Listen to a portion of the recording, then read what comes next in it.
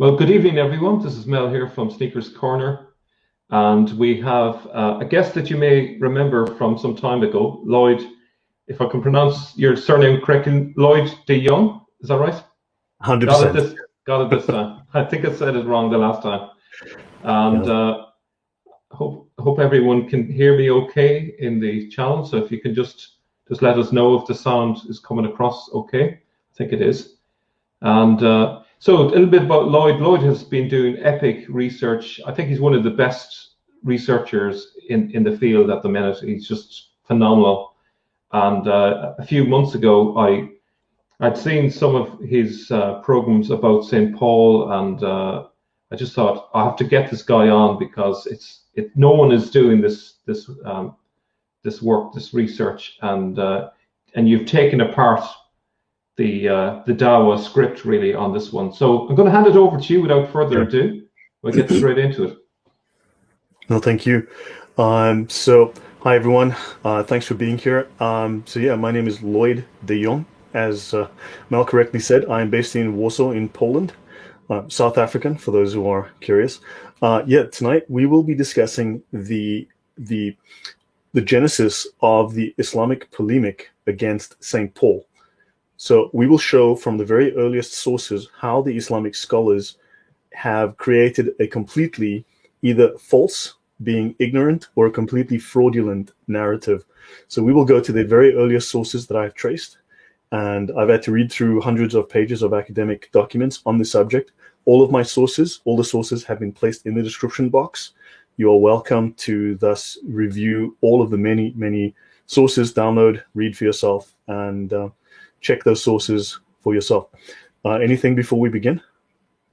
No, the floor is yours, as to say. Yeah, sounds all very good. Okay, so I will get my screen sharing ready. And okay, I will start with a little, okay, we can see this. Okay, guys, just something I want to bring up very briefly, but it is relevant.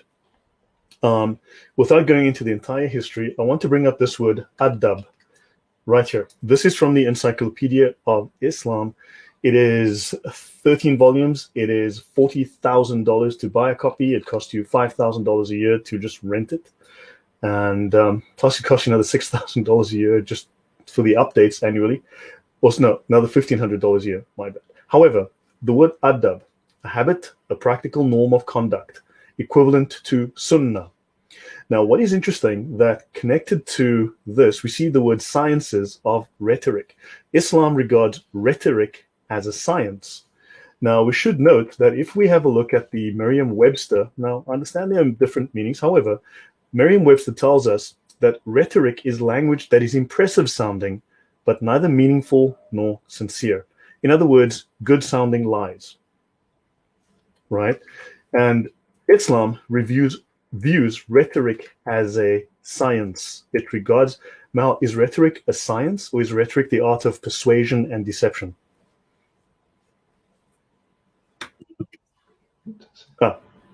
So, yeah.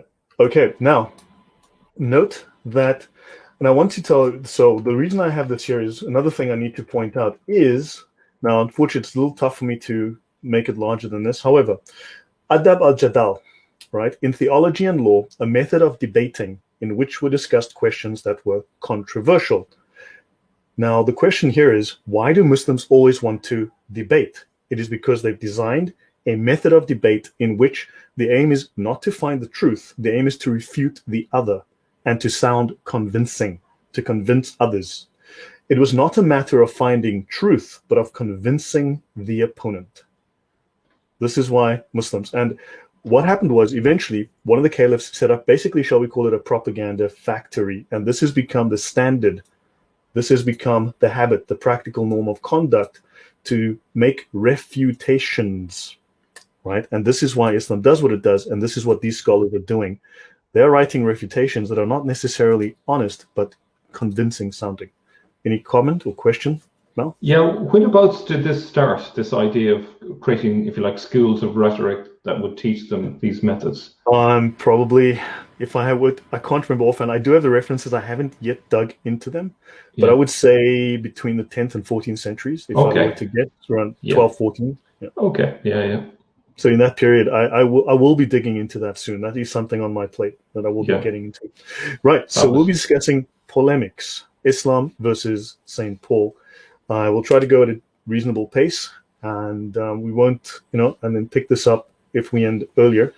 But I'm going to introduce the argument, and then I will show the very earliest sources and just how wrong or deliberately fraudulent these sources are. So have a look. These are some of the major sources that I've used, right? So this forms part of the subject of Taḥrīf, or biblical scriptural corruption, right? Biblical falsification. And St. Paul is one aspect of this argument of the corruption of the Bible. In fact, he's a critical piece of it. The most important of these is probably this document here. I'm just going to do this, is the Islamic image of St. Paul and the origin of the Gospel of Barnabas. So this document here is probably the most interesting. In fact, the guy who wrote this was clearly having a really good time as he wrote this. It just strikes me as he must have been killing himself with laughter. Yeah. But it's okay.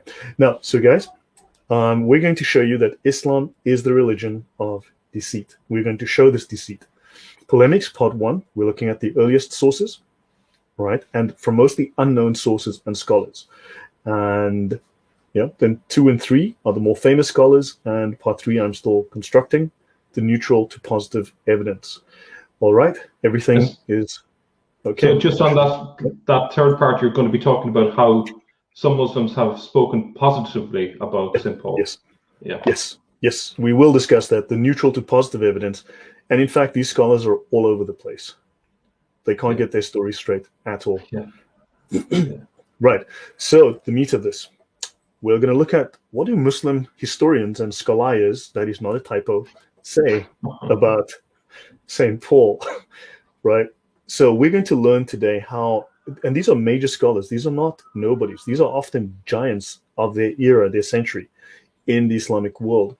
So we're going to learn that Paul was the king of the Jews, because the scholars couldn't tell the difference between St. Paul, who was Saul, and King Saul, who was king before King David. Wow. We're going to learn how Christians, according to these Islamic scholars, followed Islam for 81 years after Jesus died. These were the reigning narratives of the day. Paul, who was a Jew, a very wicked, crafty, deceitful Jew, committed suicide as a sacrifice to Jesus to destroy Christianity. We're going to learn how Paul, who was a good Christian, tried to get the Romans to kill the Jews. How the two can be reconciled, I have no idea, but we're going to learn about it. We're going to learn that Christians never thought Jesus was divine. It was never in our Gospels. Paul fabricated this concept. We're going to learn that Paul invented the doctrine of the Trinity, and we're going to learn how. Paul caused the Crusades. The Crusades was an effort to hide and defend Paul's lies, because the Muslims were about to reveal the truth to Europe, and the kings had to attack the poor Muslims because they wanted to hide and defend Paul's lies. Did you know that, Mel? No, this is all news to me. Wow. These are outlandish claims that... we're gonna yeah.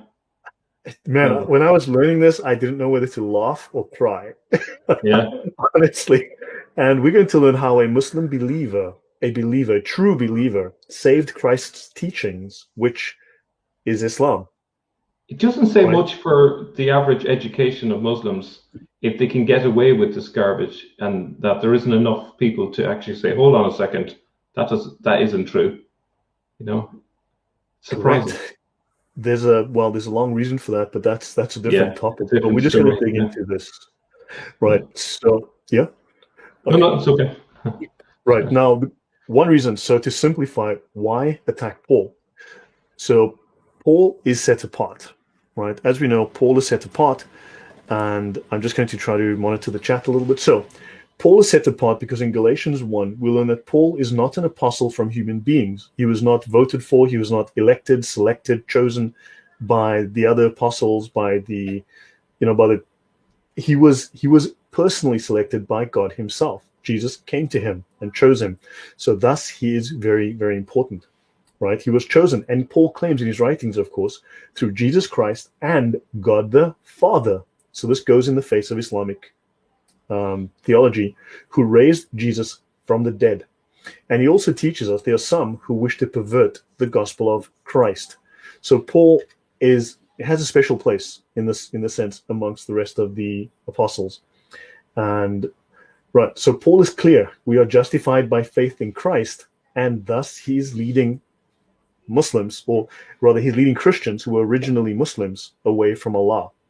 He's diverting them away because Christ's religion was originally Islam, as you know.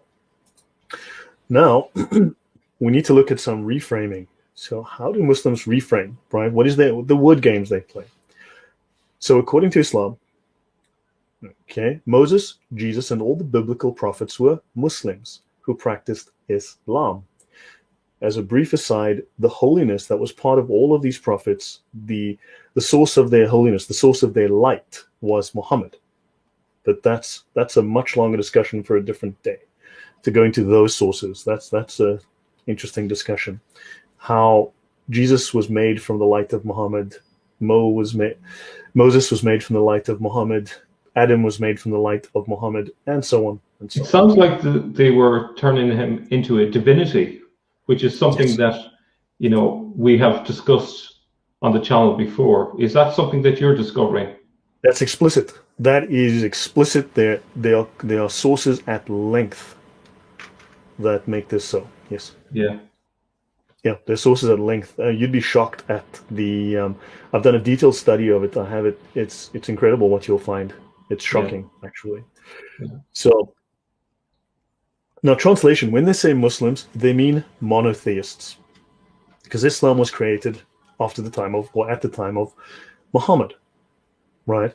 So they mean monotheists. When they say Islam, they mean a form of monotheism predating Christianity, which found its perfection under Muhammad. Yeah. All right. And of course, Muslims do claim that Moses received an Islamic scripture. God said, here's your book. So Moses went to the divine library and checked out a book called the Torah, in Islam known as the Taurat. Jesus, of course, received the book. So, of course, Angel Gabriel came down or something and gave Jesus a book and said, here's this book for you called the Injil, the Gospel. We know this is not and cannot be true because this was written after the death of Jesus, and he was, in one sense, the Gospel, and two, it was written by people. Right? And of course, Muslims say, according to the early scholars, and this has become the tradition, right, the adab, Christian religious communities have suppressed the religion of Jesus, and then they altered the texts, but certain believers stayed true to the teachings of Jesus. Now, there's a scholar called Yaqut al-Hamawi. Now, understand, whatever dates we have here for these scholars, very often you can go find 5 or 6 different dates for their birth and death, right? So I'm just choosing what seems to be a common date in some cases. Yeah. Now, this scholar, who was famous for his great geography, right, which was an encyclopedia of Islam written in the Abbasid era, and is a work of biography, history, and literature, as well as geography. So he's a great scholar of the era of the 12th and 13th centuries, right? He's a great scholar. He claimed to know of a Jewish convert with an original uncorrupted Torah as late as the 13th century. I would love to see a copy of this uncorrupted Torah if it is available. Yeah. Right. So this story of corruption goes back at least till the 13th century, but we're going to dig in down to the 8th century. Wow. Now, according to Muslim scholars, and one of the earliest sources for this is an apparent Christian convert, and I say apparent because this may not be the case, this may just be propaganda, right, called Ali ibn Rabban al-Tabri. And he tells us that when the Bible is correctly interpreted, it will lead us to Islam. And he writes a book called Rad al-Nasara, The Refutation of the Christians. A brief aside on this point, refutation within Islam is a specific art. It is rhetoric, as we pointed out. And it's a specific method. It doesn't mean, again, to find the truth.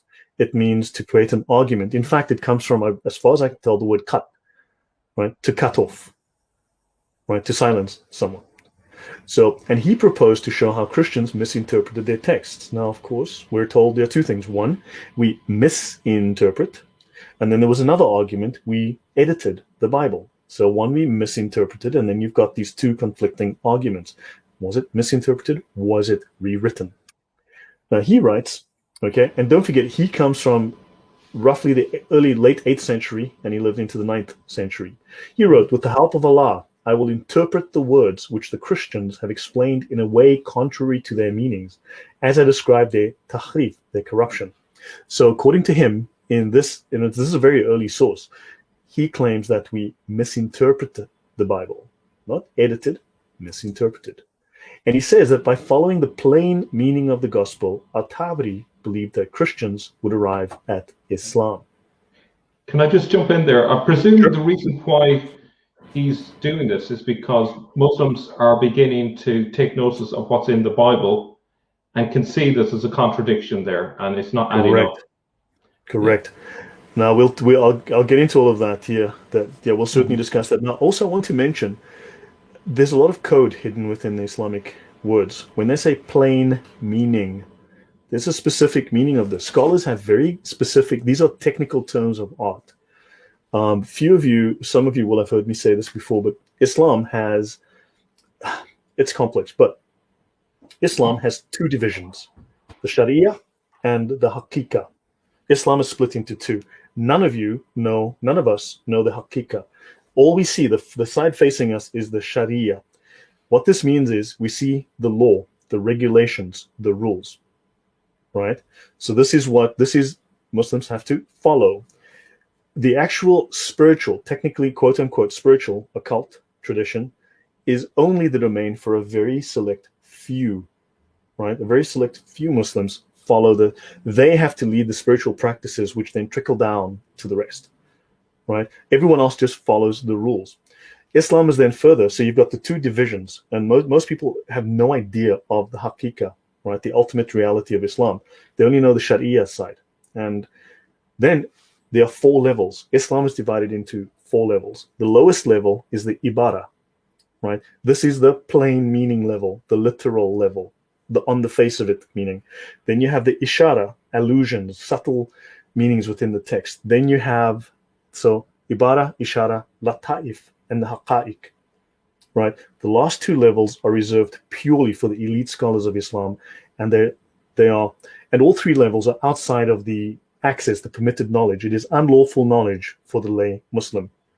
So what this means is that if the Quran is accessible at the Ibara level, right? So it means that when they read the text, they see things they decode the text differently depending on the level and the context. But if the Quran is available to lay Muslims, it means that the Quran is the lowest level of knowledge in Islam. Right. Okay, that's interesting. Yeah. I'll move on. So that's a longer discussion for another time. So I'll move on. So that's what they mean plain meaning. Okay. Now let's continue. So William Muir, one of the giants in what the Muslims typically refer to as the Orientalists, right? He wrote this very famous book, fantastic book, The Quran, Its Composition and Teaching, and the Testimony it bears to the Holy Scriptures. When you look at the discussion around the Islamic dilemma, because the Quran affirms the Bible, this is one of the best books. It is written in the 1800s, and it's one of the most detailed books. It really covers every possible question and angle on this. Refutation, question, it deals in. So he says, what a mighty difference between the Prophet of Islam and his followers of the present time. Muhammad professed to make the sacred scriptures of the Old and New Testaments the foundation of his claims and his pillar of support when attacked. However, his followers, they spend their days in the impious attempt to subvert the authorities of those very scriptures. Wow, that's something else. He said he noticed this a long time ago. This is 1878 when he wrote this, right? So now let's have a look at Muslim scholars and the Bible. So I'm not going too fast, am I? No, you're perfect. Yeah, no, work away. Okay. So we must understand that Muslims filter the Bible through the Quran. However, the Quran is filtered through their scholars. So it's not what the Quran says, it's what the scholars say the Quran says. Yeah. As we know, the Quran is very clear about the status of the Bible. But Muslims will ignore that, and they will then refer to arguments that were created by the scholars in violation of the words the Quran says. So we're going to examine Muslim claims of Christian New Testament and Old Testament biblical scripture falsification or corruption, known as Taḥrīf, from the 8th to the 14th century, in 8th to 14th century disputational and other scholarly historical works in relation to Saint Paul. Right? Now let's have a look at another major scholar called TISDALL, and he wrote a book called The Original Sources of the Quran. And again, this is another 19th century work, brilliant scholar, right? In fact, this one is written in 1905, as I recall the version I'm referring to. He tells us, and this is a very detailed study, it's an incredibly detailed study, there is no satisfactory proof that an Arabic version of the New Testament existed in Muhammad's time. So your thoughts now, what's the implication of that?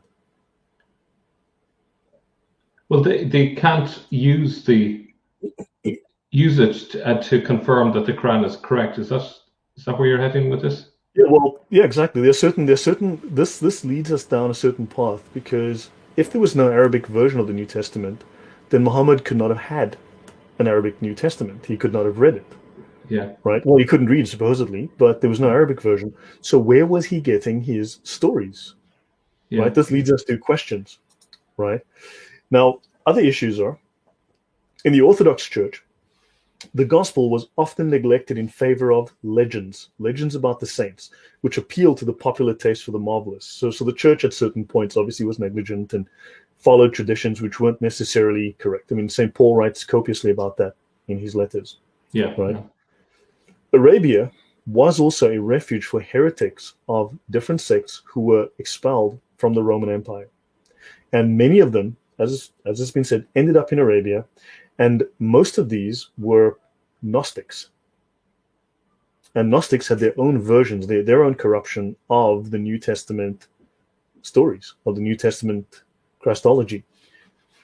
And if we look at TISDALL, so TISDALL also tells, it is clear from the Quran that many of the mythical stories in the apocryphal Gospels, right, as well as Jewish legends and the heretical Gnostic works reached Muhammad, and Muhammad believed them to be true, because we can trace many of the stories in the Quran directly to Gnostic works, to Jewish fairy tales, but especially the Gnostic angle.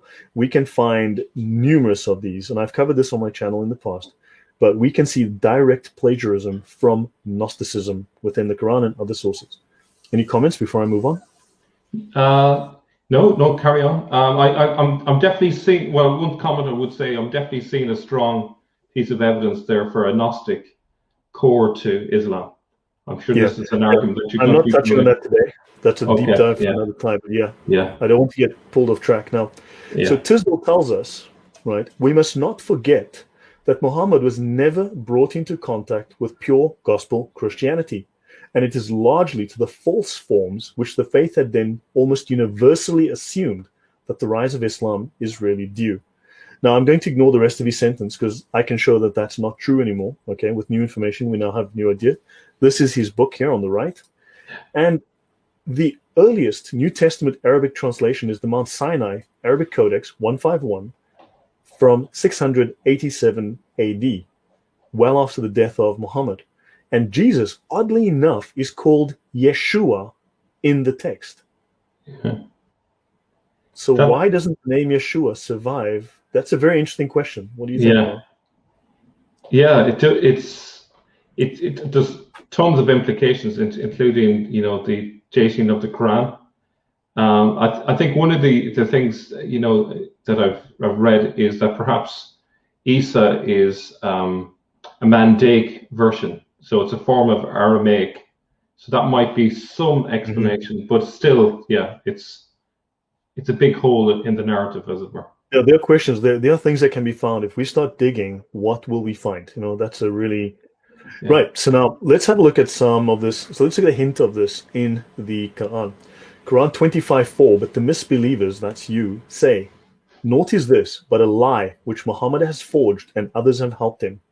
So Muhammad addresses this, or Allah addresses this. Okay, the accusations were made against him then already. 25:5, and they say, tales of the ancient which he has caused to be written, and they are dictated before him morning and evening.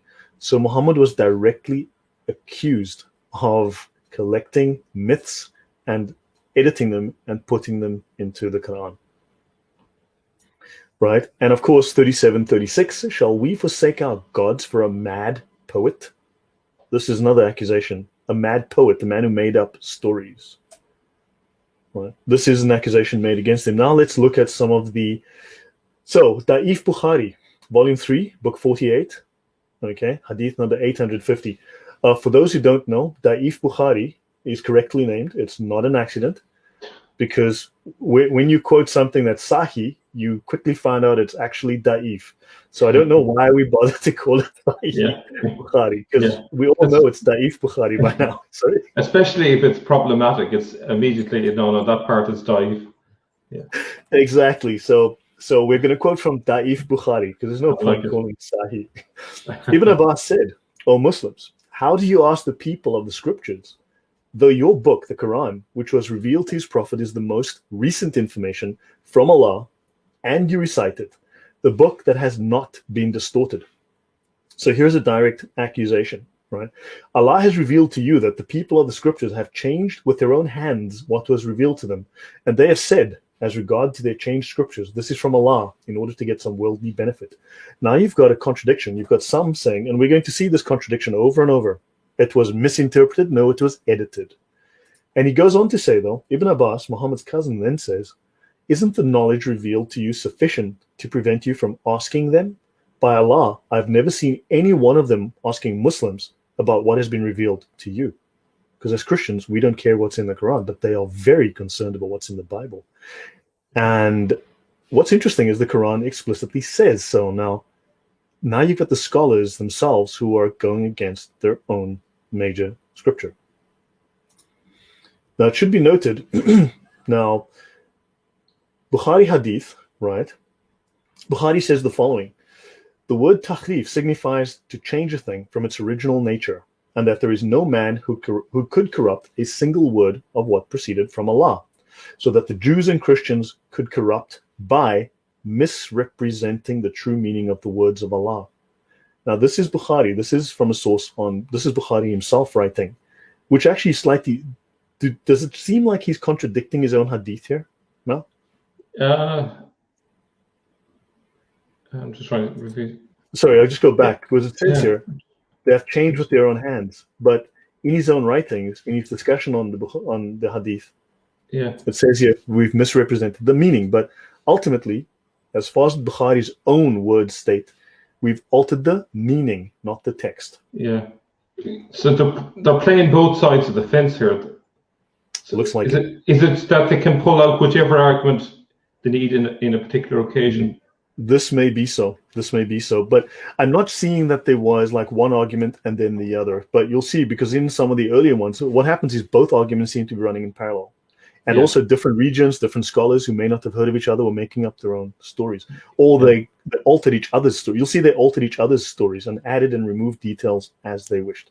Yeah. You're going to see that as we go. So we're going to jump to the source. Ultimately, the man who consolidated... There were two scholars. Make it four. But I'll talk about two of them today. Two scholars consolidated and made popular, eventually created this whole template for the arguments against St. Paul. One of these is a man called the Spanish genius. For very low levels of genius, you will discover, a man called Ibn Ḥazm. Okay? So, in the 11th century, Ibn Ḥazm, and here he is on a Spanish postage stamp, brought the accusation of textual corruption, Taḥrīf, of the Bible. Referring to Ibn Ḥazm, Gerhard Niels, one of the major scholars, a modern scholar, wrote the article, Why Do Muslims Believe the Text of the Bible Has Been Corrupted? And this article states, in 1064, Ibn Ḥazm, from the ruling hierarchy of the Umayyad government in Córdoba, Spain, charged that the Bible had been corrupted and the Bible falsified. This charge was to defend Islam against Christianity because Ibn Ḥazm came upon differences and contradictions between the Bible and the Quran. Believing by faith, not by evidence, by faith, that the Quran was true, the Bible must then be false. So he said, since the Quran must be true, it must be the conflicting gospel texts that are false. But the present text must have been falsified by Christians after the time of Muhammad. That's some argument. This is worth talking about, but what are your thoughts? No. Well, I think he's easily shown up by the fact that we have Bibles from before the time of Muhammad, and that can be easily proven that this is a false argument. Correct. It's very, very easy to prove this. But notice, this is one of the absolute giants of Islamic theology, Islamic scholarship. This is one of the absolute giants. And he says here, it must have been falsified after the time of Muhammad. So yeah, this is very easily proved. Now, why are we listening to John Q. Muslim in the YouTube comment section when their scholars are putting forward these arguments? They're very powerful. This is like Sir Isaac Newton making a claim about gravity. Incredible. Right? So this is very, very easy to refute. Now, also, you should notice that Ibn Ḥazm lived in 1064 in the 11th century. So notice, this is one of the earliest occasions of a Muslim actually reading the Bible. Because notice, it says he was shocked when he read the Bible. Oh, yeah.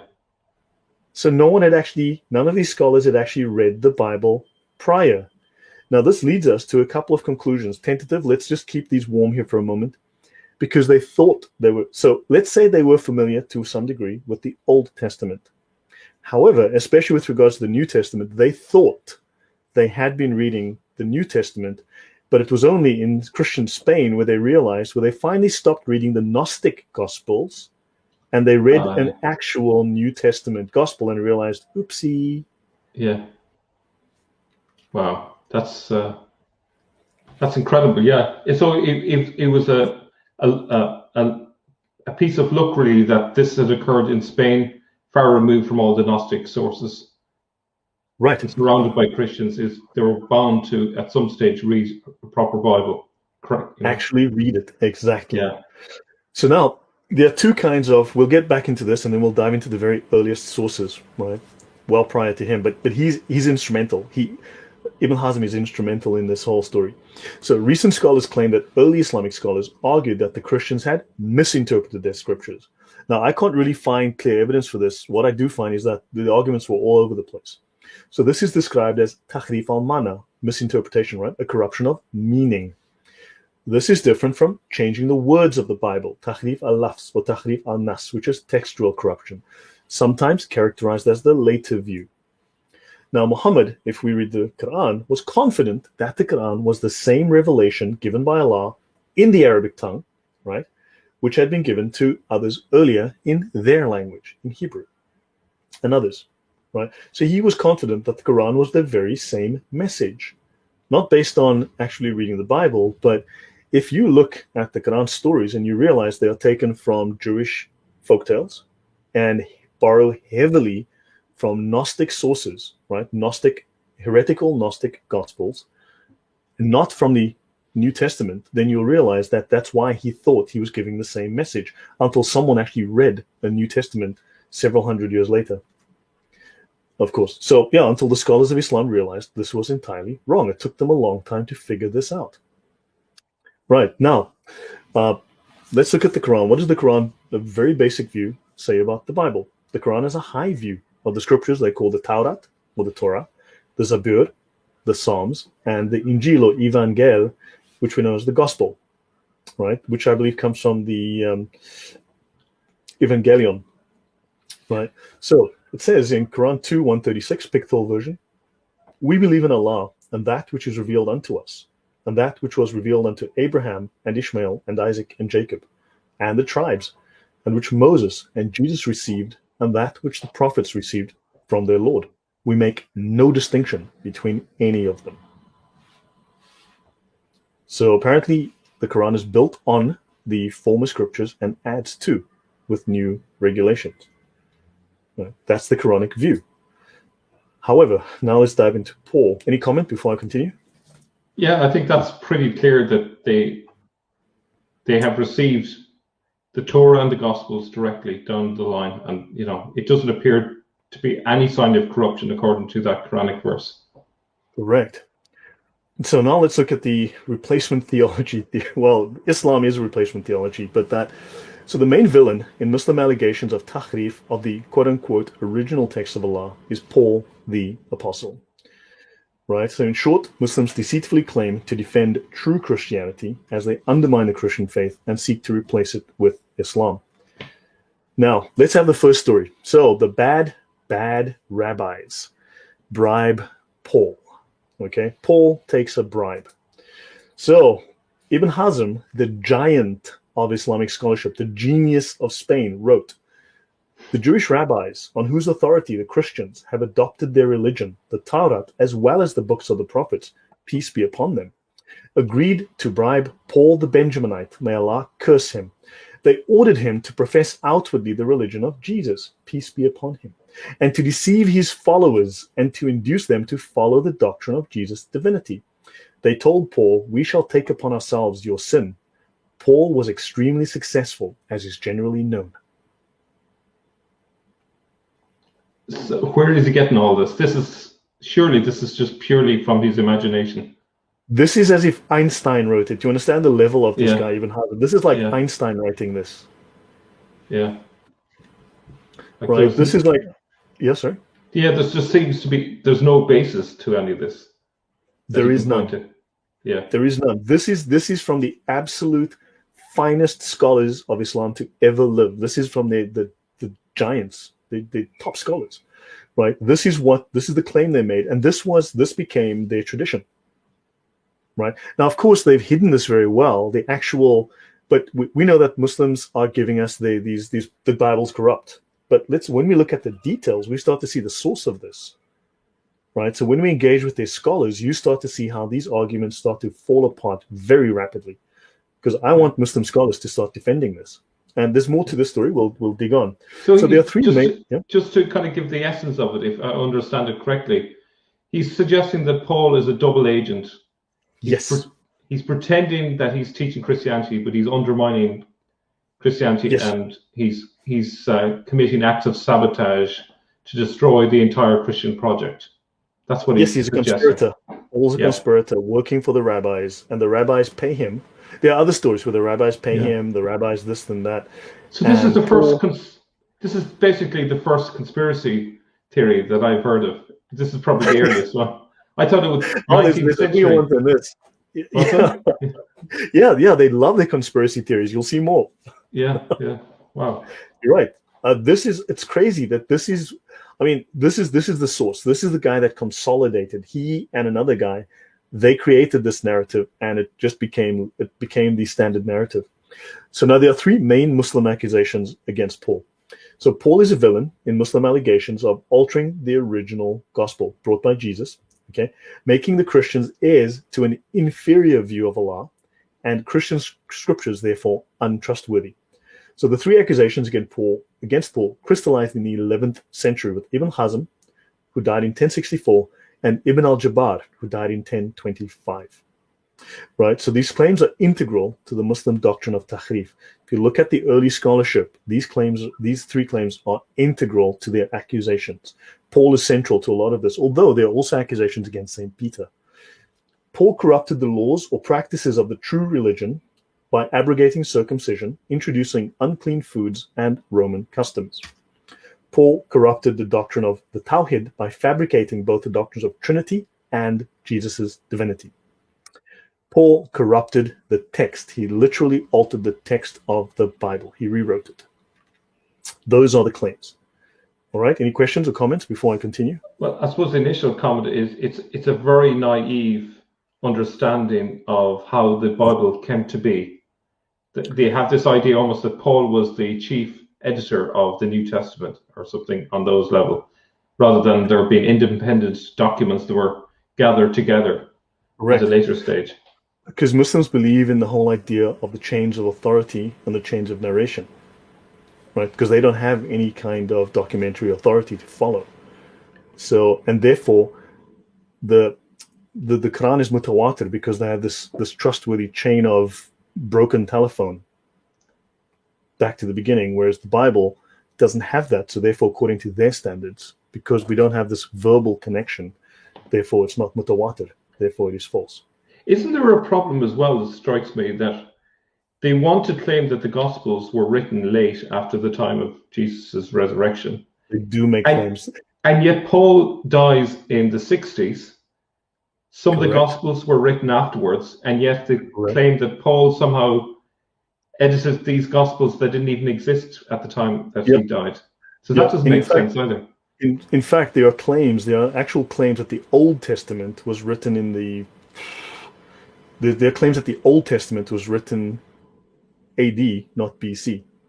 There are Wow. actual claims, and the Yeah. source of that actually is a scholar called Baruch Spinoza, if I recall. Oh, wow. Yeah. And Muslims Yeah, borrow that; they take it as gospel. But that's a different topic. So yeah. I do mention that briefly. So now let's look at Ibn al-Jabbar, contemporary at one time of, but also this guy. He and Ibn Ḥazm go together like stink and something stinky, right? So he writes in his book, The Proofs of Prophethood. Let me see if I have any notes on this. No, I don't. So he writes about what the Jews and Christians believe in his little magnum opus, The Proofs of Prophethood, right? The Proofs of Prophethood of Muhammad. He writes in his book that the day before the crucifixion, Jesus was crowned with thorns, then taken around, seated backwards on a donkey, facing the donkey's ass. Basically, it's an insult. Jesus was then given vinegar to drink when he asked for water when he became thirsty after being in the sun, driven around town hall day backwards on the donkey. And then the next day, Jesus was crucified in a field of melons and vegetables. Very specific. This is one of the top scholars of Islam. This again, I have to say, this is an act of pure imagination on his part. Well, it's an act of plagiarism from a Jewish anti-gospel called the Toledot Yeshu. Oh, okay. More plagiarism. Wow. Islam is plagiarism from A to Z. It is plagiarism. It's a very similar narrative to a previously existing Jewish narrative, which I'm just starting to dig into.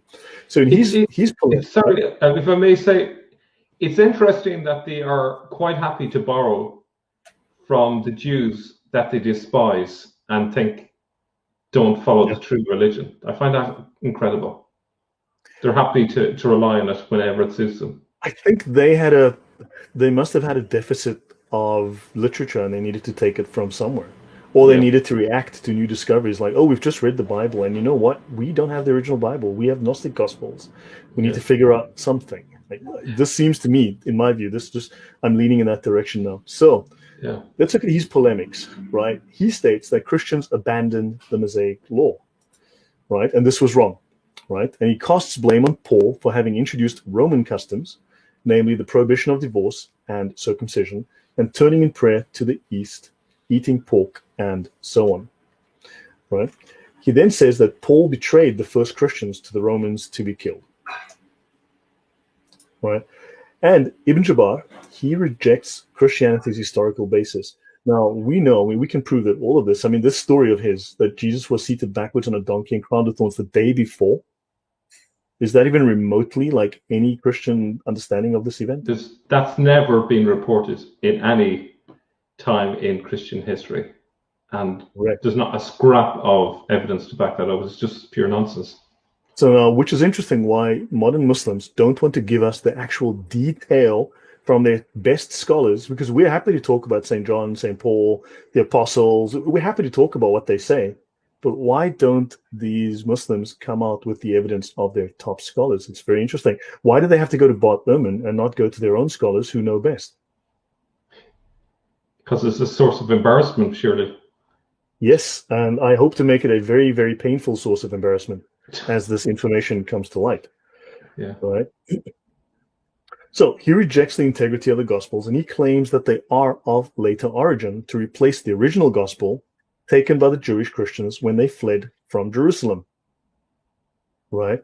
He says that Paul used every trick in the book to gain power and influence. Paul just wanted power and influence. And he writes in his Christology. So on his Christology, now there are other scholars. I'm going to mention one called Pines. All this points, in the opinion of Pines, to the background of a Judeo-Christian community, even more so the details on life and teaching of Jesus.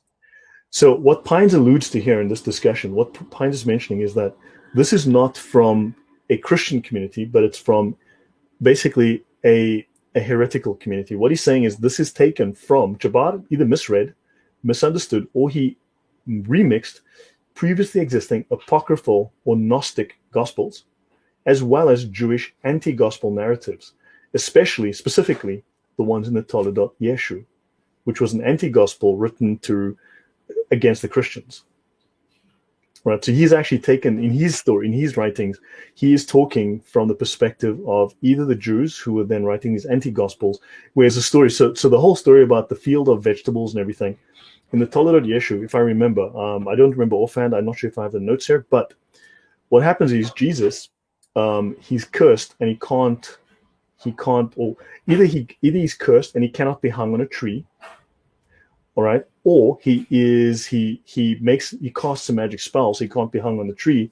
So what they do is they hang him on a beanstalk or something like that. Right? They hang him on a beanstalk because the trees won't hold him. But there's other details to the stories that overlap, and that's where he gets this story. So he steals it from a Jewish source and he changes or misunderstands some of the details. Wow. So actually, in misunderstanding it, he's actually laying the traces of where it came from. Yes. Yeah.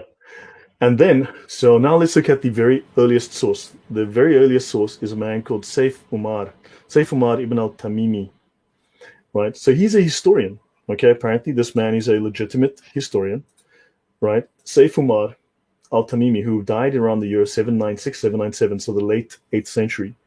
Now he reports in a couple of folios that were discovered at the Islamic University of Imam Muhammad ibn Saud in Riyadh, right? And he writes a couple of books, the Kitāb Masir Ali wa Aisha, right? And the Kitāb al-Ridda wa-al-Futuh, which is about refutations, right? So they've now found the evidence. This is the earliest scholar to write about this stuff, okay? To write refutation, supposedly, of St. Paul. Now, Saif ibn Umar al-Usaidi al-Tamimi was an early Islamic historian and a compiler of reports who lived in Kufa, of all places. I thought you might find that interesting. Yes, Kufa crops up a lot. It does, Kufa. Okay. Saif Umar discusses Paul's adverse influence on early Christianity in a discussion on the factors which led to the peaceful assassination by the religion of peace of Caliph Uthman. And his story of Paul is a parallel to that of a Jew called Abdullah bin Saba, a Jew from Yemen. Okay. And this man falsely converted to Islam to try to undermine Islam by misleading Muslims, leading them astray with false teachings. So do we think this is a true story of this guy? I haven't looked deeply into this. It's a very popular story, but I'm not certain it's a true story. Sometimes I think they make it up as propaganda, because remember I said that there was what as far as I can tell, propaganda factories written to create refutations. Because Muslims would say, "I refute you," and going back historically on the tradition, they would write refutations. So this is like a repurposed bit of old propaganda that they've now applied to Paul. Yes, this seems very much like it. Yes, it does. Cool. Ibn Saba is said to have converted to Islam in the time of Uthman, traveled through various countries in order to lead Muslims astray. He started in the Hijaz, went to Busra and Kufa. He then continues to preach in Syria, but was unable to mislead any of its inhabitants. He gets expelled to Egypt, and he teaches that Muhammad was more worthy to return than Jesus, right? Thus laying down the doctrine of the return. He then teaches there were 1,000 prophets and that every prophet had a regent, and Ali was the regent of Muhammad. So his next teaching was the doctrine that Muhammad was the seal of the prophets, while Ali was the seal of the regents. The regent inherits the king's power and authority and rules in their absence. Ibn Saba then develops the doctrines which become the basis of the great schism between the Shiites and the Sunnis, just as Paul had laid down the basis for the discord between the different Christian sects and the split from Islam, when Christianity diverted from Islam. So I'm kind of getting it. So this story about Ibn Saba is to try and explain away why Muslims are not united as one sect, essentially. Yes. They're blaming it on a Jew. Yeah. And of course, the discord with Christianity, why there's discord with Christianity, they blame it on a Jew. Yeah.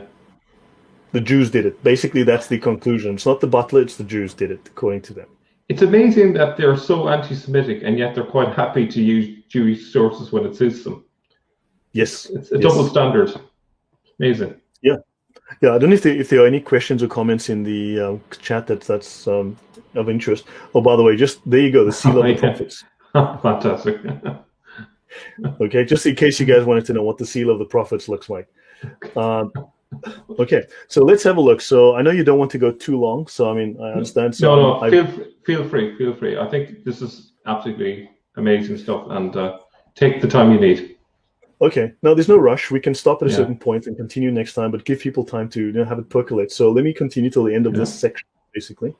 Okay. So Sayyid Umar al-Tamimi, right? His death is often recorded as 796, 797, but may have lived until 809, right? So he might have died. I mean, it's very hard to pin down when exactly he died, but understand for all of these scholars who they rely on, very often there's very little known about the scholar themselves. So they implicitly, supposedly trust the scholar's writings, but they can't identify who the scholar really was, where he lived, when he died. Wow. Right? So the record is often unclear for many of them. And here we've got a, 13, 14-year window. For some scholars, there's like a 50-year window. It's, So is it possible that these sources might actually be from a later time and redacted back? Is that possible? I don't think it's improbable. I think it's very, very possible that if you look at now, why would one of these, Ibn Ḥazm, why would he react so badly in the late 11th century? Right? When he suddenly reads the Bible and goes, oopsie, I wasn't expecting this. So maybe they needed to justify things and take them. It's possible. I'd say it's not impossible. Look, if you read the Sharia, right? Again, if you read the Islamic law, the sacred Islamic law, if you read the actual rulings, which is the disambiguation of all the confusion. So a brief aside, the Quran is abrogated, right? Newer verses abrogate older verses. However, the Hadith are also abrogated. What few people know is the Hadith are also abrogated. Newer Hadith abrogate older Hadith. What is even less known is that newer Hadith abrogate older Quran verses. And what is even less known is that newer Quran verses abrogate older Hadith. Wow. Okay, Hadith is actually, there's more to this. There's many kinds of abrogation. Yeah. Right? But that's understand. So this led to a mess. Also, the tafsirs are not final authorities because these are opinions. The greatest opinions were all collected. Now, all of this had to be sorted out. All of this had to be figured out. And how they did this was over several hundred years. And they created the Sharia and the fiqh, right? Islamic law, the application of the Islamic law. What the primary authority within Islam, the primary legislative authority and the disambiguation, the application of Islam is not found in the Quran. As I said, because it's ambiguous, it is contradictory, and so on. It is in what's called the ijma. The ijma is the consensus of the scholars, what they all agree upon. Now, Muslims will tell you that scholars don't agree. Yes, that is true, but there are things that the ijma, they do agree upon. They've agreed to agree on these things. The things they disagree upon is covered in a doctrine called ikhtilaf, difference. The things they differ on, ikhtilaf, are minor issues, more cosmetic issues that do not affect the substantive doctrine. The ijma are the things they most certainly, undoubtedly, definitively agree upon, right? Things which do affect doctrine. So they disagree on minor issues and they agree on the substantive issues. So that is the ijma, and the ijma is found in other words, so the ijma, the consensus, the final agreement of the scholars on what it depends how it's interpreted. Well, that final interpretation is in the ijma. The ijma is found in the Sharia and the fiqh, this Islamic sacred law. The final interpretation, the ultimate understanding is in the Sharia and the fiqh, right? And this is where we go to get all the sources. And it is, to finish my point, it is compulsory. It is not optional. It is compulsory. It is obligatory for Muslims to lie, to circumvent anyone who is trying to go around Islam, who's trying to deny Islam supremacy. Understand? I can show this. I'm happy to show it. But it is obligatory. It is the law in Islam, agreed upon by the scholars, to lie. Muslims must lie. They have no choice to defend Islam. Okay? It's a case of within their law. Sorry? It's a case of the means justify the end. That is one of Big the, if you look at, there are 6 pillars of the Sharia, right? There are 6 things, and 2 of those are that the ends justify the means. Okay. Yeah. Right, that is certainly one of them. And the second one is there are 6 major learnings they get from interpreting, the scholars get from interpreting the Sharia. And the other one is that everything is permitted. Everything is permitted. As long as it's in the cause of Allah, everything. There is nothing sacrosanct. That's derived from the Sharia. That is a very dangerous idea. Yeah, now I can show that. I can talk about that one day. It's really a fascinating. The doctrine of difference, what they call the doctrine of, because the 4 schools are not different religions, they're the same religion. Because the scholars, remember, Islam is perfect, right? So these are not 4 separate religions; they're one religion.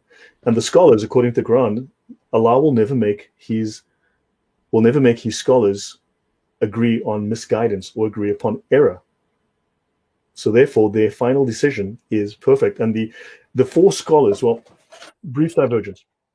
The 4 scholars of the 4 schools, you have the Hanafi, Hanbali, Maliki, and Shafi, right? So after Muhammad died, the very most respected scholar in Islam, the best interpreter of Islam, right, after Muhammad is al-Ghazali.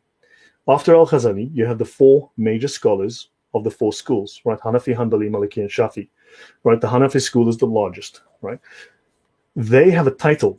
So Ghazali is known as the Hujjat al-Islam, right? The reviver of Islam. He is, well, but he's not important here. Let's go to these 4 guys. They are known as the Mujtahid Mutlaq. A Mujtahid is someone who is qualified to interpret the law. Allah brought the law. Muhammad brought the Sharia, the law of Allah. So a Mujtahid is someone who is qualified to interpret and give legal advice and enforce the law. The Mujtahid Mutlaq, we would translate as the absolute scholars, the perfect, infallible scholars who can make no error. So understand, the Sharia is derived from the opinions of these 4 scholars, the Mujtahid Mutlaq, the perfect scholars, who have a perfect understanding of all the Islamic sources. And the Sharia cannot be abrogated, cannot be contradicted. It is unlawful to disagree and not to follow it. It is obligatory to follow the Sharia. The Quran is abrogated, the Hadith are abrogated, the Sharia can never be abrogated. It is final. Your comment, Mel? Yeah, just it's a minor thing, but just in terms of the time frame for the Sharia. Okay, sorry, yeah. Just in terms of when the Sharia got started as an idea and when it was more or less completed. So are we talking from the 8th or 9th century to begin with, all the way to, say, I would say late 10th. I'd say 10th to middle 14th, middle 10th to middle 14th, maybe. Okay, 9th, all right. 13. It seems like there's a big sort of thing happening from the 10th to the 14th in general. And this is very much similar to what I saw last night in the show I did last night, looking at the images of Muhammad through time. You can see clearly from the 10th right through to particularly to the 1500s, there's big things happening. No, definitely that period, that 400 years is critical. So now, this man is the earliest source for these polemics. That's Sayf Umar. Al-Tabari, now interestingly, Sayf Umar, how important is he? Well, Al-Tabari chose Sayf Umar as the main source for Al-Tabari's 40-volume history of Islam. Right? Al-Tabari wrote like 40 volumes on the history of Islam, plus a bunch of other books. And so Umar became the main source. Now, Sayf Umar wrote a book about the conquests of the Prophet and so on, and the battles, right? So he was Al-Tabari's main source for the early Islamic conquests and the wars of apostasy, right? So Umar is considered the earliest source for the information on the conquests of Islam and the apostasy wars after the death of Muhammad. Al-Tabari, though, completely ignores Sayf's account of Paul. We still have to get into Sayf's account of Paul, but it's ridiculously funny. Then other scholars often regard Sayf as unreliable, with complaints about identifying the transmitters, the isnad chains, in his reports. However, Sayf does seek to warn Muslims about divisive figures who will undermine the true religion, right, by lying aplenty, as we shall find out. He's trying to warn them. He's trying to say, so the story he's bringing up is, well, there was a Jew who tried to undermine Christianity, so now we need to be careful of figures like this, and one of those figures he points out is Paul, right? So Sayf Umar writes on Paul's deception. After the ascension of Jesus, the followers of Jesus numbered 700 families. He happened to have a count, fortunately. Paul, the king of the Jews, whose kunya was Abu Shaul, urged that the Christians be killed, but they succeeded in escaping, and they took the original Torah with them. And then, and then Rabbi Ezra, some hundreds of years later, rewrote the Torah. But anyway, moving on.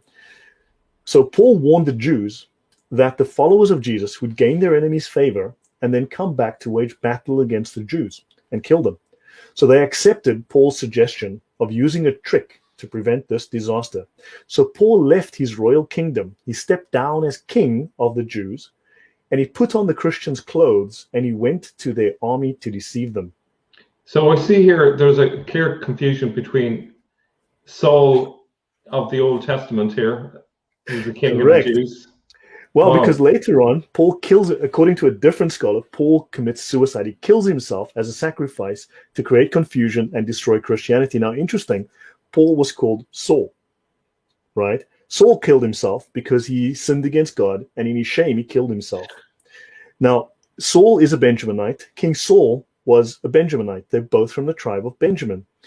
Saul, who becomes Paul, who adopts a new identity, is seen basically as the redemption of the tribe of Benjamin. So Saul, who becomes Paul, is the redemption of the tribe of Benjamin, and the redemption, in theory, of his namesake, King Saul. These scholars were so foolish, they had no idea. They either deliberately made this lie, or they were so ignorant they had no idea of the difference between the two characters, who were separated by centuries. Yeah, I can't imagine that anyone with a modicum of intelligence could confuse these two people. So they clearly had not read the Bible. Yeah, it's incredible. Yeah, but this is documented. There's no arguing about this. This is from their own writings. The absolute best scholars. Yes? This is beyond a schoolboy error. This is like just incredible. I know. I mean, it's just. And he's considered a scholar in Islam. He's considered a scholar. I mean, Tabari wrote 40 volumes at least based on this man's material. My God, that's incredible. Right. I mean, so this is what he writes. This Christian's message. So according to Sefer Muir, King Paul, what am I thinking? King Paul said to the Jews, this Christian's message, Jesus, is appealing, and they, the Jews, have gone to your enemy. They're still acting as the benefactors of the Christians. Soon, they, the Christians, will come riding against you, the Jews, with the aid of your enemies, unless you pay heed to what I'm about to say to you now. Then Paul pursued the Christians with the intent to lead them astray. Okay, I just added the word Jews here and some Jews for clarity. That's what I added for clarity. Paul teaches that everything from the beetle to the elephant, according to Sefer Muir, is licit. Licit means permitted. This is a reference to Mark 7:14-15. Jesus called the crowd and said, listen to me, everyone, and understand this. Right? This is it. Nothing outside a person can defile them by going into them. Rather, it is what comes out of a person that defiles them. Now, interestingly, some of this is stolen from the Jewish, again, the Toledot Yeshu and other Jewish writings, where Paul is sent to deceive, where the Jews claim that Paul is deceiving these people because they don't, and that he is leading people away from, deliberately leading people, because good Jews would recognize the falsehood in this teaching and they would remain Jewish. They would see that this is filthy and avoid it. And the Muslims are just capitalizing on this propaganda and utilizing it as literal gospel.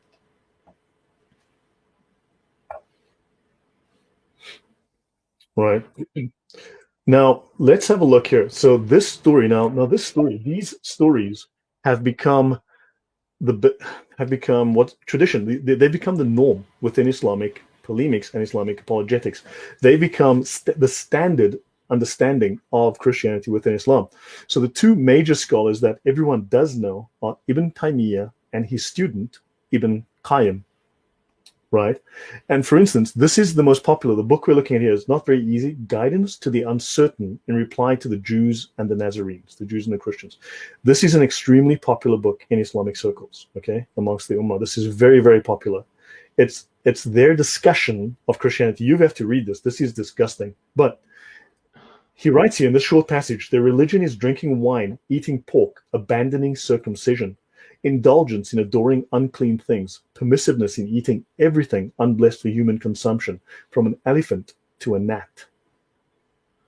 So the story has changed slightly, but It has been. This is the most.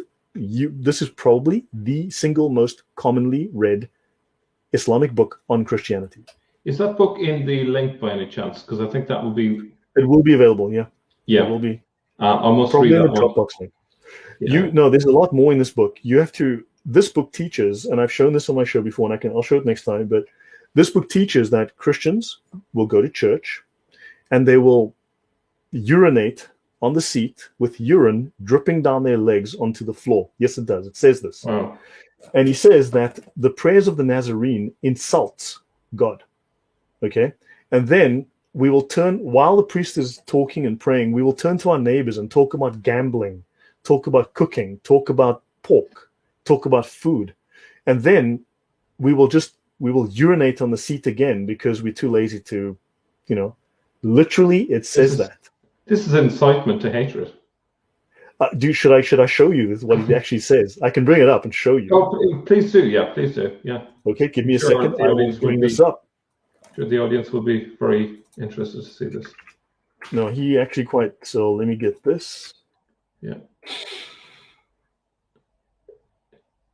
Yeah, it will take a minute to load. And again, it's so easy to say dishonest things like this because if the audience are ignorant of what actually Christians do and believe, it's, Okay, here's the book. Guidance to the Uncertain in reply to the Jews and the Christians. Just going to close this here. Right, so let's have a look. Let's look up the word urine. Let's have a look. The prayer of the Nazarenes ridicules the worshipped deity. They chose a way of prayer during which the most devoted amongst them would consider it no great matter if he happens to have passed urine dripping on thighs and legs. Wow. Yeah, I'll continue a little. Oh man, you got to read this. I've read this. Yeah, I think so. This is amazing stuff. Jesus entered the vagina of a woman who eats, drinks, urinates, evacuates a bowel, and menstruates. Then he got attached to the inside of a womb, wobbling between excrement, urine, and menstrual blood. Do you know what? I've seen so many Dawa trolls saying something on those lines. This is where they're getting it from. So they speak, true. They get exactly. But understand, this goes back to these original writers like Saif, and then it gets picked up by Qayyim and amplified, and then it gets picked up by these guys.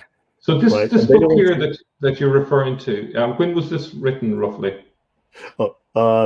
He lived in the 13th century. Oh, sorry. Okay. Let me find this. Let me go down here. You see? Yeah. So he would open a conversation. This is in church, right? On the benches, with whomever happens to be sitting beside him.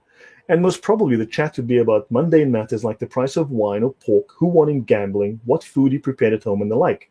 And he would then even interrupt his prayer to talk about similar things and urinate in his seat if he can. Wow.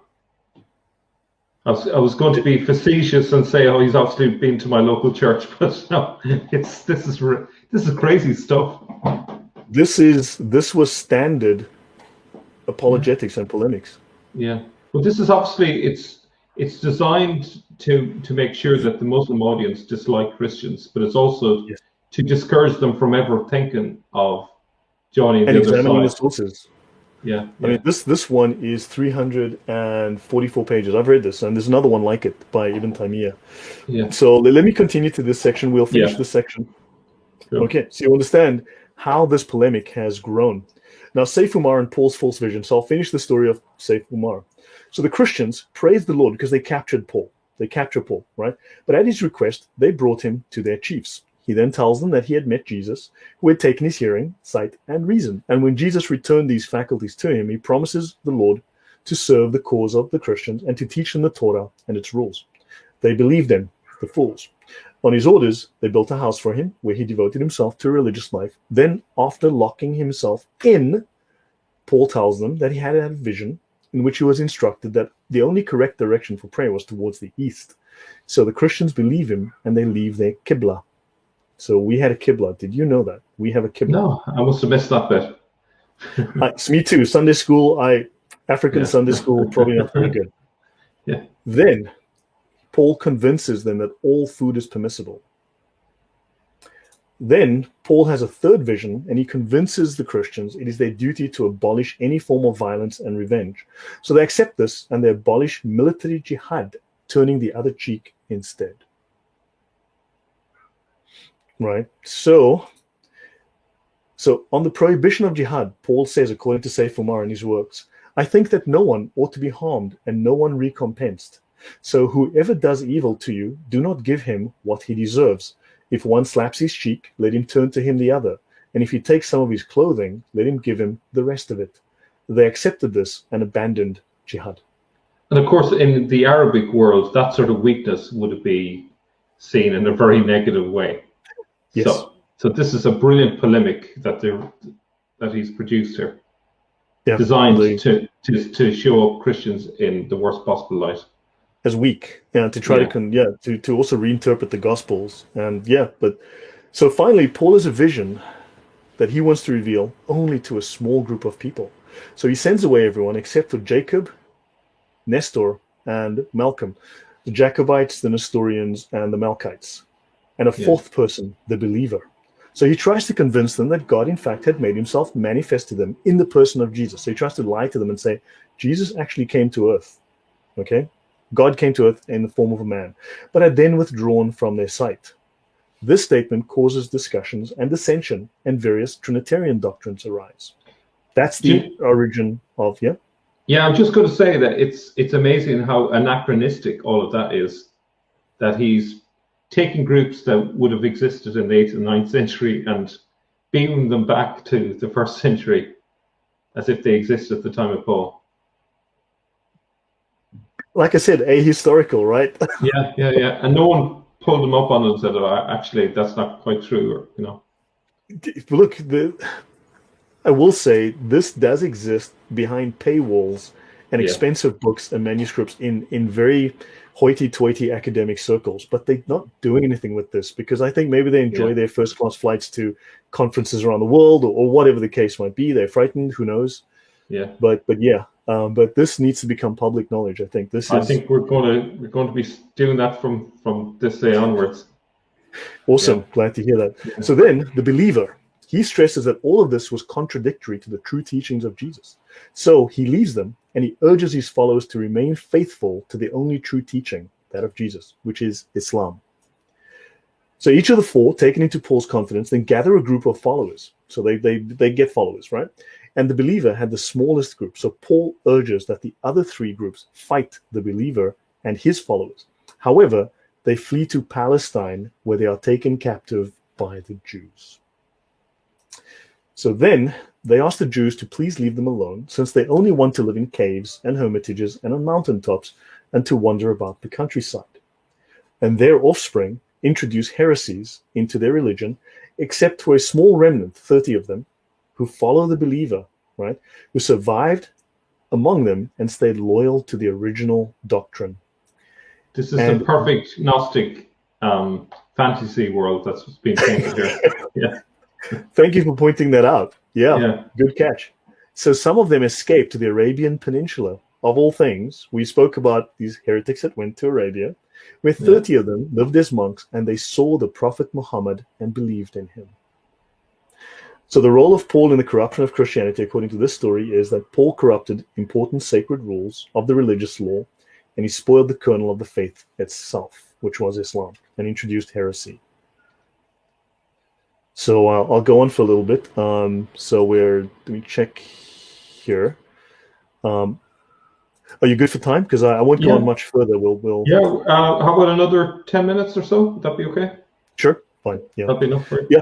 I can wrap this up within that time, and then we can maybe take a few questions and get your thoughts. Yeah. So let's listen to a scholar called al-Damri. We'll come back to Saif in a minute. So al-Damri and Paul's sacrificial suicide. And he writes, now al-Damri, let me see if I have notes on al-Damri. No, I don't. Okay. So al-Damri writes that, and the Christians say, Christ is the Son of Allah.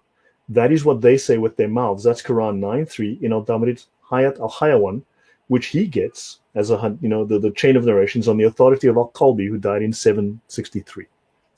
So his story goes on. In the story, the Christians follow Islam for 81 years after the ascension of Jesus. So the Christians practiced a totally different religion for 81 years, called Islam, by the way. Yeah. Then a war broke out between them and the Jews. Did you know that, Mel? This is all new to me. Yeah, it's amazing how I haven't read this in any history book or anything like that. Yeah, and then as a subterfuge, Paul, who had killed many followers of Jesus, presents himself to the Christians as a repentant Christian. So after having studied the gospel in their church, now previously, he was going to teach them, but now he's got to go and study. Now he studies the gospel in their church for a whole year. He departs for Jerusalem. And there he teaches Nestor that Jesus, Mary, and God were the three members of the Trinity. This is how they, I think, tried to get around at the time the fact they discovered that the Trinity does not include Mary. Yeah. But this is their... Yep. But yeah, I was going to say that, but this is this mistake has entered the Quran, but actually the Quran is condemning it. So my point is not relevant there. Yeah, but it's amazing though that they have Nestor as it's put way back again in the 1st century. So it's just totally ahistorical. Yeah. So, well, yeah, this is what they say, and then he goes on. So he studies the gospel, right? And then he leaves Nestor as his lieutenant. So Paul leaves Nestor behind as his main man, right? He then goes to the land of the Romans. Very interesting. He doesn't seem to know the name of the land of the Romans, but he goes to the land of the Romans. Yeah. He may as well have gone to the land of the elephants or something, right? Where he teaches a man called Jacob that Jesus was not a man, but had become a man, that he had no body, but became a body, and that he was the Son of God. Does that sound Gnostic to you or not? It very much so, yeah. Right. And then he converts a man called Malkan from the Malkites, whom he taught that Jesus was and is God. Then Paul kills himself as a sacrifice to Jesus. Each of the three disciples then begin to call upon their fellow men to adopt their doctrine. And of course, Paul had taught them all different conflicting doctrines. And this was the origin of the three Christian sects in the 1st century. Wow. So they're trying to knock down each of the sects that most bother them at that time by painting this false story of how each of them began, essentially. It would seem like it. It would. The Malkites. Someone's asking who is Malkan. The founder of the Malkite sect or whatever. I don't know much about it myself. I haven't looked into that. But apparently, three early sects were the Nestorians, the Jacobites, and the Malkites. And apparently, this is the start of that. And it shows how they were false. And of course, I just say hello to Saint Murad, who's in the chat. Thank you for joining us. Yeah. Yep. So I'll just drop my channel link again in case you guys want to have a look. I have more discussions on this. I have more detail and some. But thank you. I'd appreciate if you guys would have a look at my channel and subscribe. Yeah, and I'm sure everyone will. This is amazing material, and I definitely want to get you back and to obviously continue this. And I know there's an awful lot more that you've been working on, and would love to hear about your research. I think this is amazing stuff, and definitely I think Al-Fadi and Jay needs to hear about your research as well. So no, thanks. Thank you. So then we have al-Qarafi. Okay, so a version is quoted of the same story, a similar story, by al-Qarafi, who died in the 13th century, 1285, in his polemical work al-Ajib al-Fakhira, whatever that means. And sometimes these names are very important. Sometimes it's very important to translate those. I need to get into that. So Paul, before he commits suicide, in an act that he claimed was a sacrifice to Christ, sorry, in the previous story, it was not a sacrifice to Jesus. My bad. I may have confused that. But in this one, it's a sacrifice to Jesus. And Paul reveals the contradictory doctrines concerning Jesus to three Christian kings who used to come on pilgrimage to him every year while he lived in a hermitage with a monk who he had been able to convince insincerely of his sincerity and holiness. So Paul was visited annually by three kings. Yeah, it sounds remarkably like the visit of the three kings to the baby Jesus. I'm sure he can name the kings for us, right? Yeah. And here's the other thing, is the whole idea of monks didn't start at that stage. That's another anachronism in this. Good catch. I didn't know that. I did not know that. Yeah, it was a little bit later. It was, I think, 2nd or 3rd centuries when I think you could, I'll have to look it up. I think it might be 4th century. It was quite late, you know. Yeah, but is this starting to illustrate from the earlier scholars? And look, the later scholars, like the ones we know, Ibn Kathir, al-Tabari, Qurtubi, they're not any better. Yeah. It gets even dumber as you go. I mean, it's crazy. So, I mean, this shows. I think this illustrates the let's be polite, the ahistorical nature of their narrative. Yeah, and to think that al-Tabari is one of the historians that a lot of Muslims turn to and rely on, and even, you know, like I've used some of his material thinking that, okay, there's some core parts that are reliable, but if he's going to someone like Saif Umar and depending on that for his narratives, that doesn't say much, you know. Yeah, correct. Like a few minutes of reading it, you'd soon say to yourself, well, this is pure nonsense, but it's obviously nonsense, exactly. And this is the source, as you saw with the later sources that are still current today. Clearly, this is the source of the later sources, which are today's standard narrative. Yeah. Right. So after his death, the kings and their followers start to fight each other, which Paul had wanted. Right. And Paul acted in this way because he was a Jew and he used to fight and kill many Christians, according to Qaddafi. So then there's some basic elements, and we're just about to finish. So an element that is common, so there are common elements. An element common to 4 versions, there are at least 4 versions, if not more, of the story, discussed in the original document by Saif, is the idea that the contradictory and perverted beliefs concerning Jesus, are ultimately of Jewish origin, that the Jews did it. Yeah. Right? And in some versions of the corruption of Christian belief, Paul is present, but in others, Paul is not. Others get blamed. So in fact, the very same accusations made against Paul are made against other figures, which is very interesting. And just like they confuse, for instance, just as they confused King Saul and Paul, they literally confuse Paul with a 3rd century figure called Paul of Samosata, who was the bishop of Antioch. Wow. They literally, yes, sir?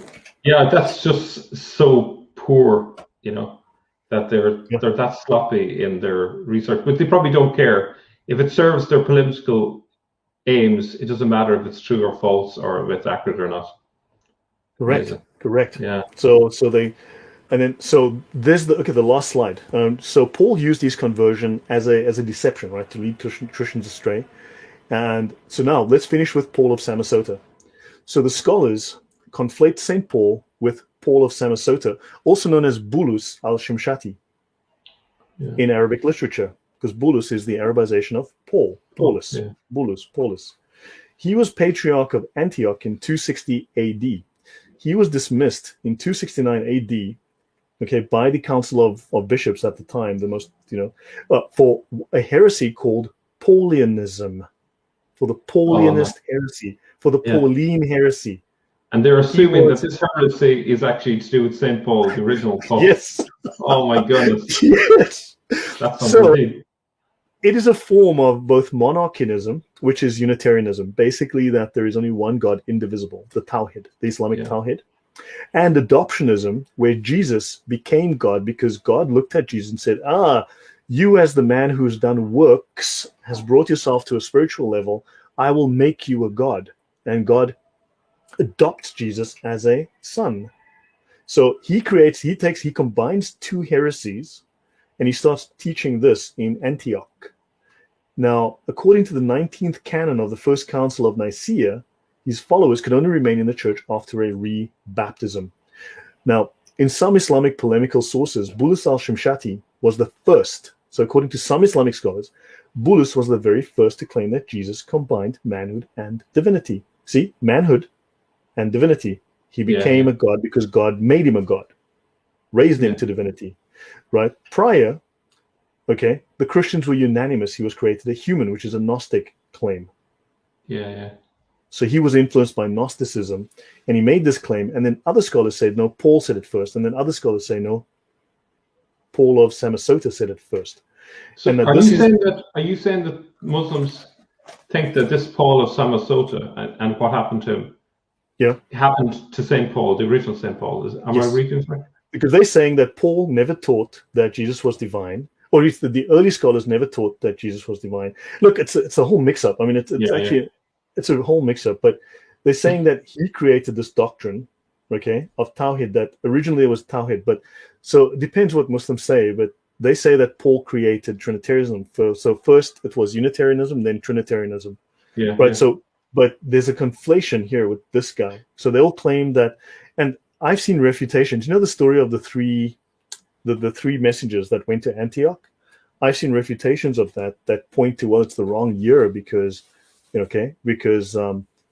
Antioch at that time was Christian in the 1st century, but later it wasn't, so therefore it must be a 3rd century source. And well, here's your 3rd century source. Incredible. So yeah, I mean, it's a little confusing even for me to look at some of this, but let's see. So he says that Paul, so he introduces a new heresy. So he first told one story, then he tells another. So basically Christianity was first one story, and then Paul introduced, or this man introduced another. And at least they take in that thing that first he was teaching one thing, then he taught something else. Then he brought a new story. Okay, it's just by confusing these two poles, they bring it together. So now he's responsible for this corruption. I would think so, yeah. So shall I pause at this point? Shall I pause here? Yeah, I think that's probably a good place to stop. Lloyd, this has been an amazing tour de force. I thank you very much on behalf of our viewers for all the hard work that you've done over the past few weeks on this. It's been amazing, and it's going to have a ripple effect, I'm sure, as this video is shared among other people, and people are definitely going to have material now to challenge a lot of this St. Paul nonsense that we see on a daily basis in so many forums. We need to stop listening to the cacophony of the lay Muslim. We need to go to their scholars, their original sources. You've seen the sources they use. I mean, what they really say about us.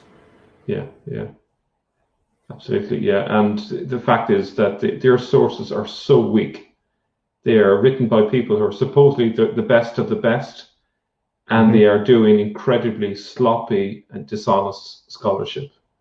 It's just amazing. No doubt. Yeah. And it has to be said, it's not, I think some of it was done through mistake and ignorance, but I think you can't deny that some of it was intentional deceit. So yeah. Especially after they had the Bible, I don't see how they can misrepresent it so badly. Yeah. I can't understand that. Perhaps you could argue that maybe they don't see the need to read the Bible. They have their scripture, so they have read other people's summaries, other people's perceptions, and it's kind of like Chinese whispers then, and it just gets completely off track what is actually the case. I don't know. It's amazing how this has happened, and yet there weren't anyone to kind of call a halt and question this. There was the Muslim audience. The Muslim audience just swallowed all this and didn't say, hold on, this is incorrect. Correct. And these are the unheard of scholars, but you can see how their polemic has become part of the standard narrative within Islam. And when you go to the better known scholars, like I said, Ibn Kathir and all, it's no better. Yeah. Amazing. Well, Lloyd, thank you so much. We'll stop it there, and we'll have to get you back. We'll organize another get together, and we'll hear the follow up. And thank you very much. You're welcome. No, thank you. I appreciate the opportunity. Everyone should know Mal did ask me to investigate this, so it's really due to his prodding that I started to dig into this at such length. And there's lots more to be discovered if we start looking. Yeah, fantastic. Well, thank you so much for going to that effort, and it's much appreciated by all of us. Thank you. No, you're welcome. Thank you.